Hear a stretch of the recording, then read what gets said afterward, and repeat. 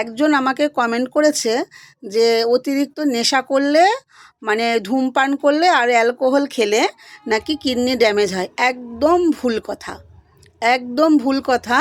এইটা একদম আমি মানতেই পারবো না। যদি হয় তাহলে রাস্তায় কত মানে রিক্সাওয়ালা বলো, ভ্যানওয়ালা বলো, ঠেলাওয়ালা বলো, তারা তো কন্টিনিউ মদ খেয়ে পড়ে থাকে স্টেশনে, কই তাদের তো কিডনি ড্যামেজ হয় না? এগুলো হচ্ছে ভুল কথা। এই ধরনের একদম আমি মানতে পারলাম না।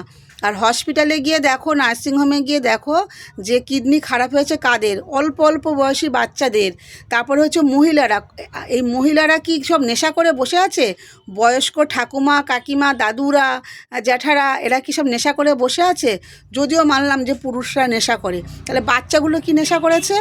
যাদের এই 10 বছর, 11 বছর, 12 বছর, 14 বছরের যেসব ছেলে মেয়েদের যাদের ডায়ালিসিস হচ্ছে, যারা স্কুলে পড়াশোনা করছে তাদের ডায়ালিসিস হচ্ছে, যেসব ঠাকুমা, কাকিমা, জেঠিমারা ডায়ালিসিস করছে, তাদের কি কোন নেশা করেছে? কোন নেশা করে রাস্তায় পড়ে আছে? কোন ধূমপান করেছে?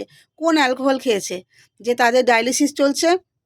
একদম ফালতু কথা এগুলো, মিথ্যে কথা। ব্লাড প্রেশার থেকে সবথেকে বেশি কিডনি ড্যামেজ হয়, যেটা মানুষ বুঝতেই পারে না। ব্লাড প্রেশারটা সুগারের থেকেও খারাপ এখন, যেটা আমরা জানি। ব্লাড প্রেশার যদিও কন্ট্রোল করা যায়, ব্লাড প্রেশার মানে ব্লাড সুগার যদিও কন্ট্রোল করা যায়, ব্লাড প্রেশার মোটেই কন্ট্রোল করা যায় না।